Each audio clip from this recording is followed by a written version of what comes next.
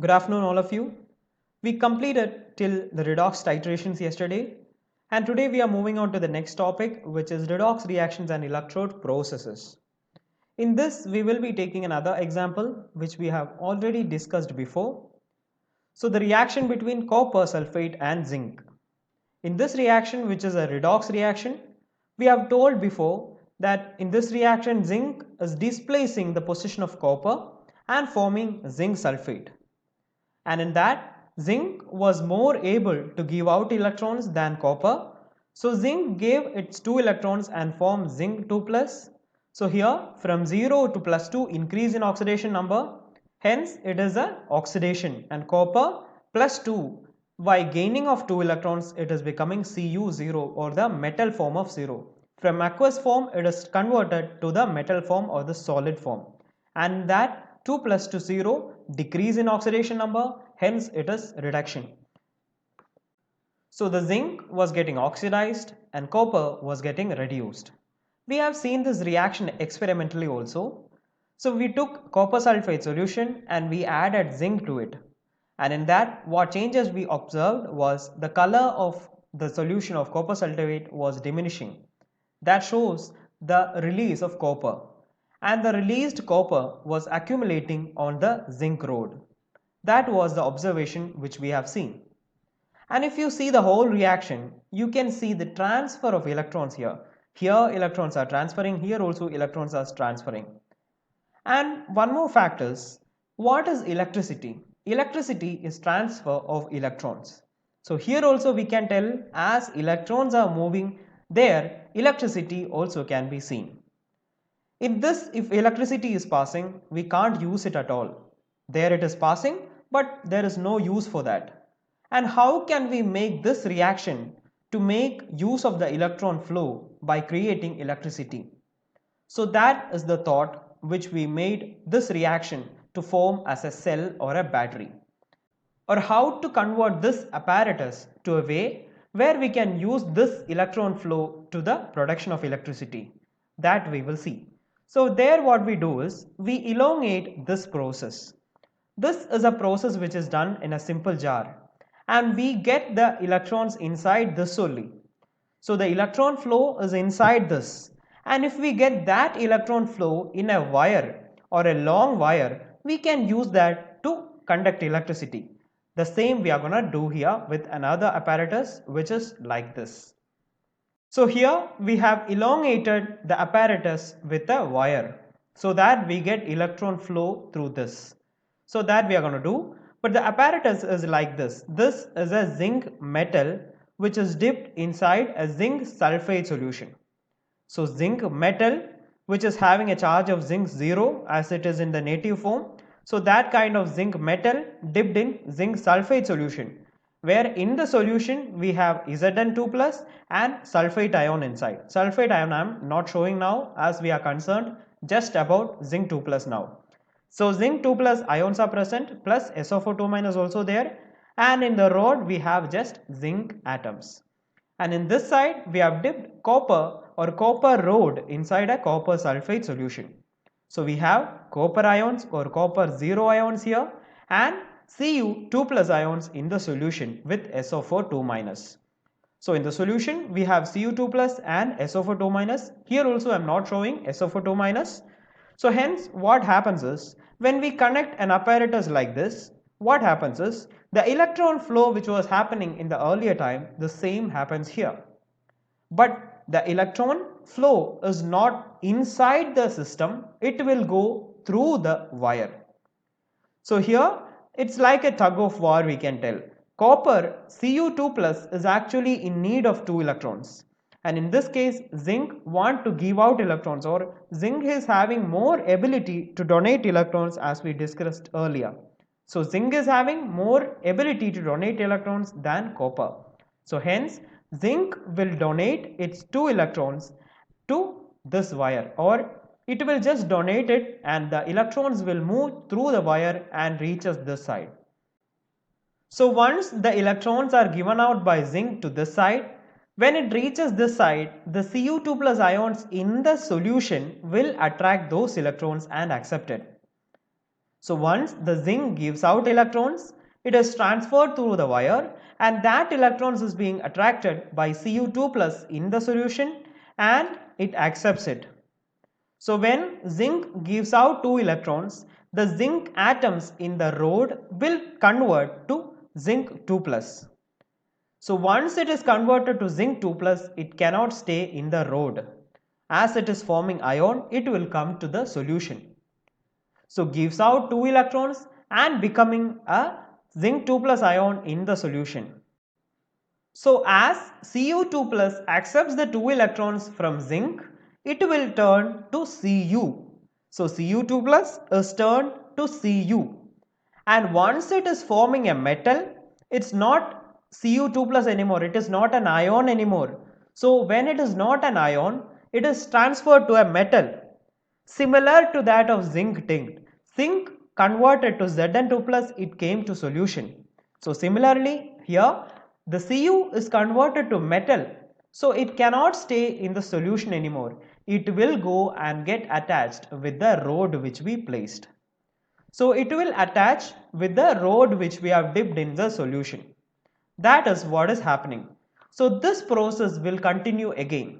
So one atom of zinc changed to Zn2 plus by giving out 2 electrons, and that 2 electrons was accepted by one of the Cu2 plus ions in the solution, and that was converted to Cu metal and got attached with the metal only. The same thing continues here. Though this zinc also will gives out this electrons through this side, and it will reach the Cu2 plus in this solution. The Cu2 plus will accept it and be converted to Cu. Once it is converted to Cu, it will attach to the metal. So this process will continue one by one. One zinc will convert to Zn2 plus and Cu2 plus will continue to form Cu. So you can see here what happens after some time is the rod length will decrease in case of this, or the size of the rod which we have dipped inside this will decrease as it is corroding or it is converted into the solution. The size of this rod will decrease and size of this rod will increase because the Cu2 plus ions are getting converted to metal and it is accumulating in this. So the size of this metal increase and the size of this metal decrease. So as this process is continuing, the desired product also we are getting. What actually we are doing, we are trying to transfer electrons through this. The same is also happening. So the electrons are moving from this side to this side. So electricity, the spelling is wrong, you have to correct it. So the electricity is transferred in the opposite direction. In the direction of electrons, just opposite that electricity will flow. So electrons will flow from zinc to copper and the flow of electricity will be just opposite. But anyway, we are getting the electricity which is formed in this. And this apparatus is also known as Daniell cell. And we can consider the oxidation and reduction half cells here. So we can tell this is a half cell and this is a half cell. And the half cell of this side is the reaction, which is zinc gives Zn2 plus 2 electrons. Zinc is converted to Zn2 plus ion in the solution and gives out 2 electrons. And this 2 electrons is getting accepted by copper, the Cu2 plus ions in the solution and forming copper metal. And this metal is being deposited in the metal piece which we have dipped in. So here the oxidation part is this side and the reduction part is this side. Where the oxidation is going on, that part is known as the anode, and where the reduction part is going on, that part is the cathode. So oxidation is anode, reduction is cathode. To remember this, we have a shortcut. This figure, if you see, you can see an ox and a red cat. So that is only the code. An ox and red cat. So anode, there will be oxidation and reduction will be done in cathode. So you can remember this as a code, an ox and a red cat. So moving on, we told that this process is going on there. The elongation or the deposition of Cu in the Cu metal, so that this electrode will increase and this electrode the size will decrease. But now the problem is, here in the beginning we have equal number of SO4 2- and equal number of zinc 2+ ions. Zinc and SO4 2- are in the same ratio as we are making solution. But when this reaction is going on, more number of zinc is giving out electrons to this side and forming zinc 2+ ions. So zinc 2+ ions will be deposited more and more into this solution. But in this case, what happens? Initially, here also the proportion between Zu2+ and SO4 2- is equal. But after the reaction, what happens is Cu2+ is getting accumulated as Cu in this metal. Cu2+ is converted to Cu and getting accumulated in this. So there are no Cu2+ ions this side. So the accumulation of SO4 2- ions will increase this side. So this side we have 2+ ions and this side we have 2- ions. And this actually is not good for the reaction. One side accumulation of positive ions and one side accumulation of negative ions. This will not help the reaction at all. To get rid of this problem, we use another apparatus known as salt bridge. It's a U-shaped tube which is known as salt bridge used in between the two half cells. It is placed in between the half cells like a bridge. So that's why it is known as salt bridge. And it contains particular salts like NaCl, KCl, ammonium nitrate, etc. So that is being kept inside this tube and that tube is placed in between the half cells. So this tube will connect this side and even this side. So how this problem is solved by salt bridge, that we will see now. So salt bridge, as I told, it contains KCl, NaCl, NH3 nitrate, ammonium nitrate, etc. So all the salt will have positive and negative ions in it, and they are in a form of a jelly. Jelly, it's like not like liquid or solid. It is or semi solid, we can tell. It will move, it can move inside the jelly, but it won't come out. It cannot come out of this tube, but they can move slowly inside this. So that property of salt bridge is used here. So when the amount of 2+ or positive ions increases this side, the salt bridge can supply negative ions, or to the end of the tube negative ions will accumulate this side. And here when the negative ions are more, the positive ions from the salt bridge will accumulate to this side, and that accumulation will help to reduce the amount of positive charges this side and to decrease the amount of negative charges this side.